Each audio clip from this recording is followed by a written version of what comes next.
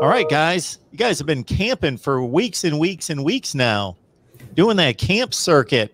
Kevin, I know that you were extremely pleased with the festivities from this week. Maybe we can focus on the positives, starting on a Tuesday if you attended Tuesday's camp. Tuesday and Wednesday this week, right? Right, and Tuesday certainly was the bigger camp than Wednesday. Wednesday was added late, per the wishes of the head coach on the turf field at Ohio Stadium.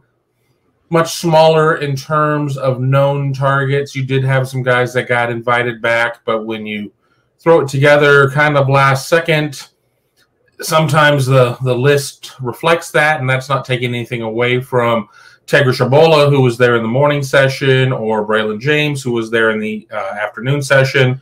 But Tuesday, let me tell you, it was probably the best group of receivers I have seen at a team recruiting camp ever. It rivaled a lot of national camps I've been to, and that's a good thing. You had a crew come in from South Florida, the South Florida Express 7-on-7 team. Their receivers, their skill position guys were up there. You had Carnell Tate, the wide receiver 2023, originally from Chicago, but he's at IMG. He was there. You had Anthony Brown out of Springfield. He was there. He's working hard to get that offer. Let's just put it this way. Not a lot of footballs touched the turf. You had pretty good quarterback play and even better receiver play. That's going to be the biggest thing that I'm going to remember from that camp, was just the amount of talent that was out there that Brian Hartline and Ryan Day and everybody was able to watch. It was quite the display. Yeah, and our guys were all excited about the Tuesday session as well. It's saying like this is one of the most talent-laden camps they've been to. I, of course, was able to cover it from home as the news desk, and I was able to stay out of the bright and burning sun. And so it's still just, you see all the clips from everyone. I know Carnell Tate is a guy that Ohio State fans should really get to know. Much more likely he ends up at Ohio State than Brandon Innes at this point, but it's not like Brian Hartline's going to give up on bringing in the nation's #1 receiver. That's not quite his style. In fact, his style is to bring in the nation's #1 receiver, and so he will continue to do that. You give him a puncher's chance and maybe more than that. And just the amount of skill that came in, and not even talking about the guys that I was really impressed with were Brennan Vernon, 5-star defensive end out of Mentor, 2023. Luke Montgomery, a growing offensive tackle out of Findlay, who is like a top 50, 60 player now, but is just learning the position, but is incredibly mobile and is, I don't know, 250 pounds at this point, is going to have to get bigger, but showed really good feet. And I think he's a future 5-star guy. And just seeing those guys go at it, along with Derek LeBlanc, defensive lineman out of Florida, who Ohio State could maybe push for. So I was impressed by watching the line. And I know the one-on-ones at camps with the defensive lineman and offensive lineman are geared towards making offensive linemen look silly. And the fact that Luke Montgomery didn't look as silly as a lot of other guys, I think speaks to just how good his feet and his hands and his ability to learn from getting beat and take the coaching in immediately and put it into action. Yeah, I'd reiterate all of that stuff that the guys said. I think Tuesday on campus was a big day. They had over 10 guys who are ranked in the national top 100, and I think that says a lot right there. So between 2022 with Caden Curry, who is making I don't know if it was an official visit or an unofficial visit, he's ranked number 88 overall nationally in the top 100 for the 2022 class. He's a defensive end from Indiana. And then you come up to the 2023 classes, these guys mentioned. You had Brennan Vernon from Mentor, Ohio. He's a top 20 prospect. Derek LeBlanc from Kissimmee, Florida, and Orlando. He's ranked 54th. Just a ton of great talent. Luke Montgomery, Findlay, he's ranked number 53 in the country.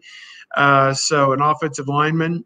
So much to see there on Tuesday, and the skill positions were just the same with some of the guys we saw there, Jaden Osbury and Tamir Robinson at the linebacker positions.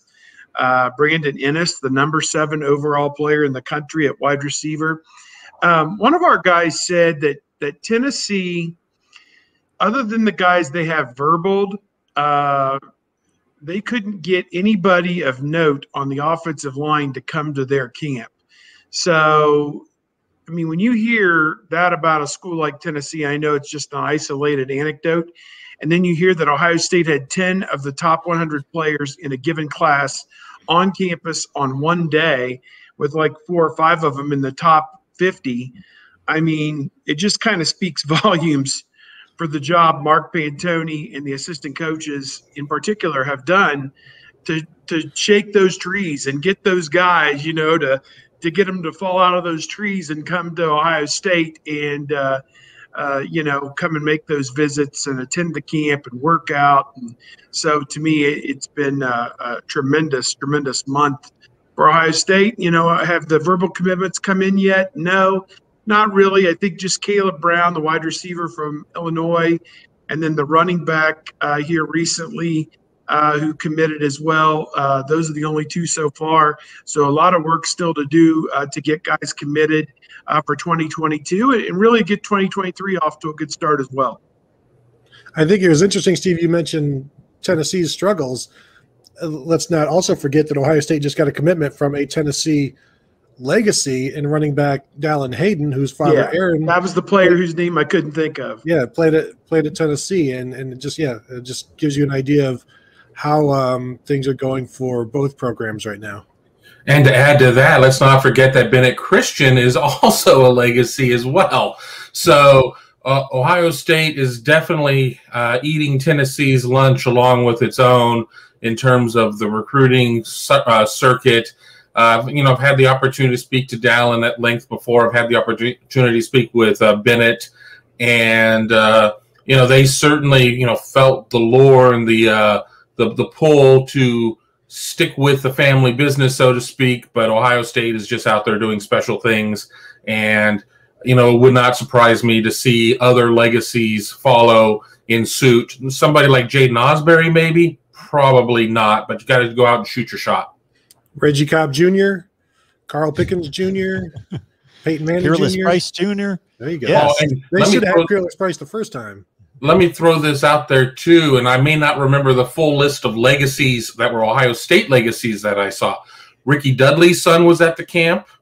Michael Jenkins' son was at the camp, and then there was somebody off of the off the basketball side that had a kid there as well. But it was crazy. I saw Ricky Dudley from across the Woody Hayes facility. I'm like, my God, that's Ricky Dudley. And I went over and I talked to him for about 15 minutes. He's a year younger than me, so certainly overlapping times when we were both at Ohio State. And he told me he had not been back on campus really since the time he graduated, and just how much things had changed. I'm like, things have changed in 5 years, let alone in however the 30 years since you've been here. It's crazy.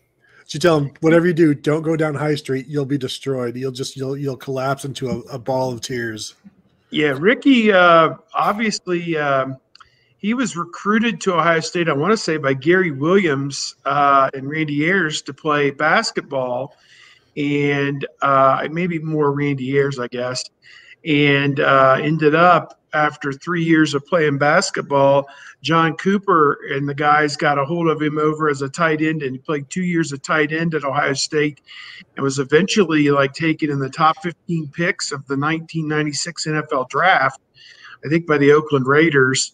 He didn't have that great of that long of an NFL career, but he was a good player for a number of years. And we did see him at a bowl game. I want to say it was down in his native state of Texas. Yes. Maybe that USC bowl game a few years ago or whatever. He popped up there in the press box. So he's definitely kept tabs on the Buckeyes over the years and was a great two-sport athlete for the Buckeyes, no question. 92 to 95, some football and some basketball. Steve has posted for people to in the live chat here to post questions. So I'm sure everyone's hopping to it right now. When Steve gets that directive, then everybody falls in line. All right. Again, I want to emphasize what we've got here. Every typically Wednesday, but with the camp circuit here this summer, it's been on Thursday. So thanks for being flexible, as everyone here has been very flexible and still making time for us. But I want to remind everybody out there that loves the Buckeyes and loves college football what we got here. Tony Gerdeman, Buckeye Scoop, Steve Hellwagon, Bucknuts, Kevin Noon, Buckeye Grove. They've got tons of stuff that they've got to do each and every day, and they make time for us to talk Ohio State football. So please show your appreciation. There's a number of ways to do that. Hit the like button, of course, but that helps my channel. So forget that. Do it anyway, but let's get on to contributions, because we've got a wealth of experience, insight, knowledge right here, and you can contribute in the Super Chat. And also, if you want to go and bypass YouTube, Venmo, PayPal, Cash App, just want you to do one thing: notate Ohio State, and I'll know where that's targeted. So keep that in mind. We want to keep this thing going. We're at 111 weeks. And again, we want to talk Ohio State football with these guys and make it worth their while.